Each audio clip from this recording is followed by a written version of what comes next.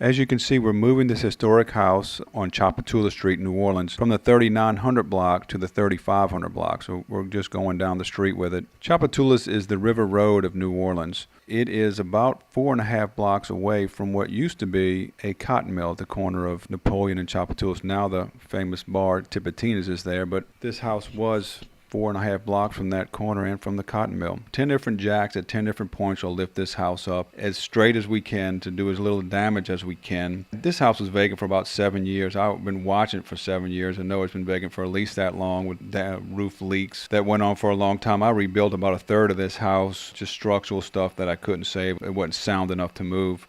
We'll drop this roof. It's cheaper to drop the roof than the telephone company or have the electric company come out here and raise these wires and put blocks of people without power. It's easier just to drop the roof, so we'll drop this roof and install some beams underneath the house, and then build the trailer underneath the house onto the beams. What happened, the story of this house is a friend of mine owned it. Where it is now, it's becoming more commercial, and where we're moving it to is becoming more residential. So my friend applied for the demolition permit, was denied. It was historic, and the board said no, and he came to me and said, "Can you help me?" And we went back, we reapplied, went back to the board, asked them to move it, and they unanimously allowed us to move it. After Hurricane Katrina in New Orleans, we were still trying to sort out our increase in wind code strength after the storm and also our increase of our foundation heights. But while we were sorting all that out, I guess nobody was watching, but demo permits were flying out of the door, and unfortunately we lost a lot of historic structures after Katrina. And that is not the case now. It is hard to demo a historic building in New Orleans,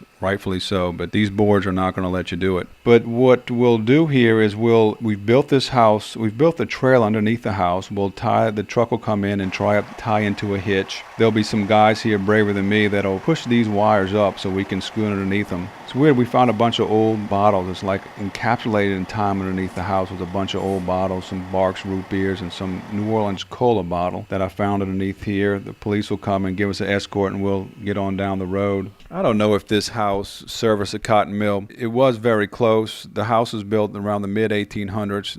The cotton mill thrived from the mid to the late 1800s. The building didn't have a front door. It had a side door and very few interior walls, making it like a warehouse. I mean, I can imagine back in those days there was no levee. You probably could walk from this structure right to the Mississippi River. We've got a cement levee. It's a lot different, this busy street here on Tchoupitoulas. So we'll put this building on site and we'll renovate it and turn it into a single. We'll put some appealing bathrooms and kitchens in here and accent the history of the building, and hopefully somebody will buy it. They'll enjoy to be surrounded by this kind of history and have it saved and have it appreciated. It will be fantastic. The foundation was built in parts. We poured a chain wall there, subsurface or level with the dirt there, reinforce it with rebar. The trailer will come and back the house over this chain wall, and then we'll build up to our height. FEMA sets our height, and so we have a surveyor came out here, gave us the FEMA height, and we'll build, in other words, the house will be built to the FEMA height. The location where we're going is pretty tight. I've got 3 feet on one side and 7 feet on the other side. It's kind of like backing a car into a tight parking spot. This house will be back between two houses on either side, and then we'll rebuild the roof.